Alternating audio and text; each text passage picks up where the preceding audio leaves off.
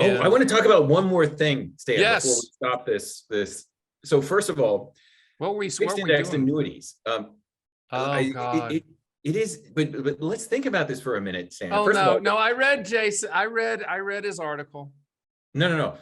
The option, but first of all, the option budgets are getting pretty generous in these things, which means that the caps are pretty high. They're higher than they have been in the past. But let's also think about, those guarantees the insurance company provided that you wouldn't lose money on your investment as a bond substitute. So the insurance companies, a reminder about how fixed indexed annuities work. Wait, stop. I'm going to argue with you here.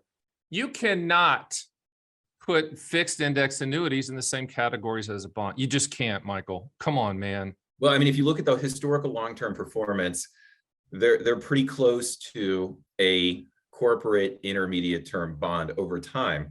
But you get this downside protection of the principal. Now, the thing I want to talk about here, Stan, is that with those products, the insurance company has actually lost the money. So you're right. They invested in their general account portfolio. They assumed it was going to provide a 5% return. So they took $95 of your money. They are going to give you $100 back next year. They invested the rest in a financial option, which did not pay off this year. Sure. But of your bond portfolio, you're not going to lose any money on that. And the assumed rate of return was 5%. The insurance company is now holding all of these intermediate term corporate bonds.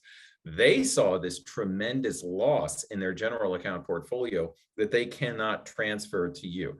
So this is one of those years where a product like a fixed indexed annuity that provides you with protection against loss, it's become very apparent that you've transferred a lot of risk to the insurance company of your bond portfolio. And I agree with you. And you said something on a previous podcast with us that I've attributed to you since, and you probably said it by mistake. It was so good, Michael. That's what I mean. Yeah, is that good? Nice, man. And you said, let the annuity companies buy the bonds for you. Yeah. With these products. And I thought that was genius, and it still is genius. And you still get the props and you still get the royalties, because this is a great example of they're buying the bonds for you, and you're not suffering in the volatility of the underlying principle of those bonds. Yet you have the contractual guarantees in place. So I think this is something that a lot of people had forgotten about. That agreed. Agreed. At the beginning of the year, some people thought, well, wait a minute, interest rates are so low. I'm going to buy bonds that have a higher yield. I'm going to buy bonds that are longer term. I'm going to buy bonds that are riskier, lower quality bonds. Sure. And those people thought, well, how risky could bonds be?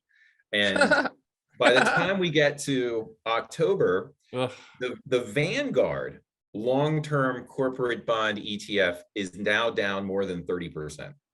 Like, who thought that was even possible? Listen, I was there in the 90s. I was at Morgan Stanley when that happened. I was a bond guy at those big firms. And I always tell people, bonds aren't always a safe haven at all, from a standpoint of underlying value. We're definitely seeing that this year. Oh my gosh. I think we're in a bear market for bonds, and I hope I'm wrong, and who knows?